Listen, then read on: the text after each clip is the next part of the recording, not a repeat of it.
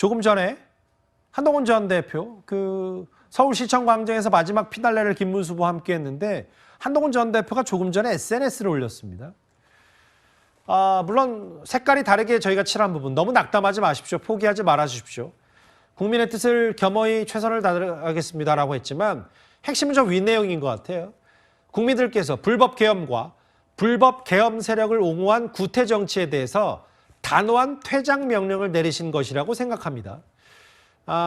권력자 1인만을 위한 사법 시스템 파괴는 서서 죽을 각오로 막아내겠습니다. 뭐 이재명 대표에 대한 대통령에 대한 비판도 있지만 부장입니다. 네. 결국은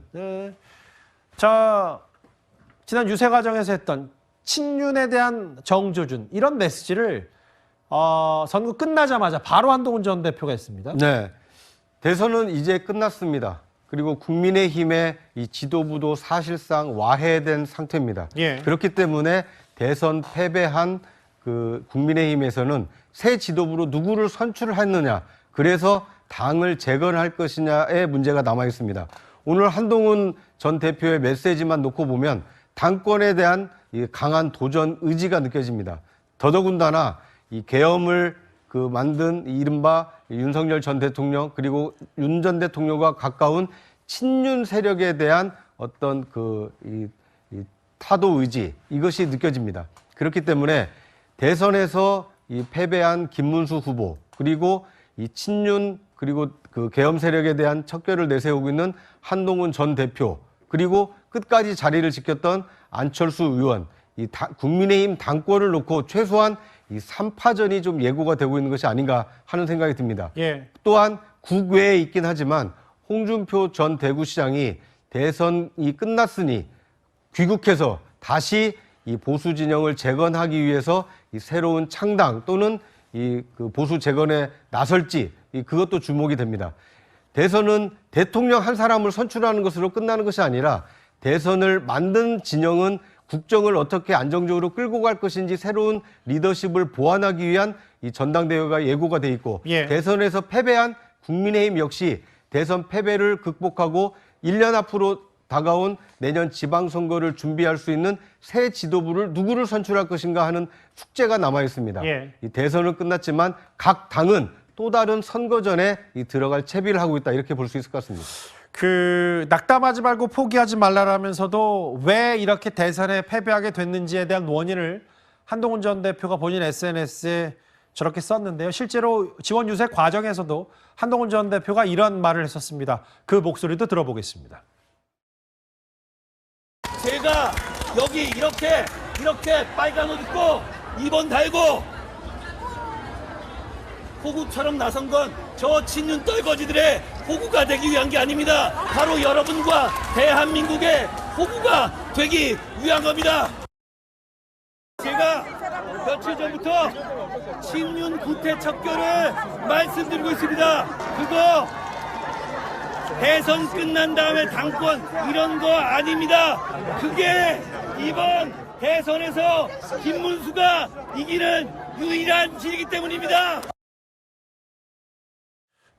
한동훈 전 대표 SNS 메시지가 나오기 전부터 사실은 출구조사 결과가 나왔을 때부터 한동훈 전 대표와 가까운 사람들을 중심으로 해서 국민의힘 계엄 모호한 채 국민께 뻔뻔한 한 표를 애원했다. 진종호. 권성동 원내대표 양심 있으면 물러나라 박상수 이런 친한계 인사들의 얘기도 있는데요. 결국은 이거는 여야 할 것 없이 야당이 건강해야 여당으로서의 견제도 받는 거고 여러 가지 대한민국 정치의 고루 발전이 되는데 이동학 의원님 네. 일단 한동훈 전 대표를 중심으로 한 친한계가 이제 좀 더 목소리를 내기 시작한 건 맞는 것 같아요. 네, 본격적으로 이제 시작이 된 건데요. 이 선거 과정에서 한동훈 전 대표가 냈던 메시지가 3가지가 있습니다. 3가지를 선결 조건으로 내걸었는데 일단 계엄에 대해서 분명하게 반대를 해야 되고 탄핵을 반대했던 것에 대해서 분명한 반성을 요구를 했습니다. 그리고 두 번째로는 윤석열 전 대통령과 김건희 부부와 확실한 절연을 해야 된다. 그리고 부정선거를 계속해서 외쳐왔던 자유통일당 세력과도 반드시 절연해야 된다. 이 3가지를 계속해서 요구를 해왔습니다. 그것이 아마 국민의 상식에 부합하는 일이라고 판단했기 때문에 그런 요구를 계속해서 한 것으로 아는데요. 근데 그러한 부분들이 아무것도 지켜지지 않았습니다. 국민들이 볼 때 명확하게 국민의힘이 새로 태어나는구나라고 하는 느낌을 전혀 받지 못했고요. 그러한 요구가 나왔던 배경에는 사실은 쌍권 지도부라고 하는 분들, 그러니까 계엄 이후부터 쭉 그 이 계엄을 옹호하고 탄핵 반대를 앞장서서 했었던 분들에 대한 여러 가지 조치들이 아무것도 있지 않았습니다. 예. 그리고 그들이 그대로 선대위에 아주 주요 보직을 맡게 되면서 국민들이 인식할 때는 저분들은 새로운 정치의 어떤 전선에 나오질 않는구나라는 인식을 주게 됐고요. 결과적으로 지금 이제 결국 이 대선보다는 이 당권에 훨씬 더 관심이 있었던 당권 투쟁적 성격으로 그동안 선거를 치러왔었던 것 아니냐가 지금부터 이제 현실화되는 건데요. 저는 국민의힘 지금 비대위원장을 맡고 있는 김용태 의원의 선택이 매우 중요하지 않을까 싶어요. 예. 김용태 비대위원장이 만약에 본인이 책임을 지겠다라고 하면서 물러나게 되는 순간 이 당이 걷잡을 수 없는 소용돌이 속으로 들어가게 되거든요. 예. 그러니까 저는 오히려 국민들 입장에서는 야당이 지리멸렬하게 저렇게 되면 실제로 아까 말씀하신 대로 정치라고 하는 게 양날개로 나는데 한쪽이 완전히 붕괴되는 상황으로 가면 견제나 이런 것들이 굉장히 어려워지기 때문에 예. 또다시 국민들 입장에서는 뭔가 또 기울어진 정치 방향으로 가는 것 아니야? 라고 하는 걱정들을 또 하실 수가 있습니다. 그러한 측면에서 보면 김용태 비대위원장이 지금까지 사실은 저희 당 민주당 입장에서 볼 때는 좀 미덥지만 국민들이 보시기에는 그래도 윤석열 전 대통령과의 절연에 관해서 일정 부분 노력했던 그런 모습들도 일정 부분 있었기 때문에 예. 그러한 것들을 좀 견지한다고 한다면 본인이 비대위원장을 앞으로 계속 맡겠다라고 하면서